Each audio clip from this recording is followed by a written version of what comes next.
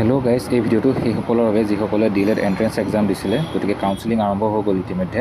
গতিকে কাউন্সেলিঙৰ বাবে আপোনালোকে নিজৰ মোবাইলতে নিজে কৰিব পাৰিব। গতিকে SCRT প্ৰথমে অফিচিয়েল পেজলৈ যাব লাগিব আৰু তাত এটা লগইন উইণ্ড' খোল খাই আছে আৰু তাতে আপোনালোকে দেখিব click here to proceed with online counselling. যিহেতু কাউন্সেলিং অনলাইন হয়, গতিকে আপোনালোকে তাত ক্লিক কৰিব। ক্লিক কৰাৰ লগে লগে আৰু এটা উইণ্ড' অ'পেন হ'ব আৰু তাত আপোনালোকে নিজৰ ফোন নাম্বাৰ আৰু ডেট অফ বাৰ্থ দি লগইন কৰিব লাগিব।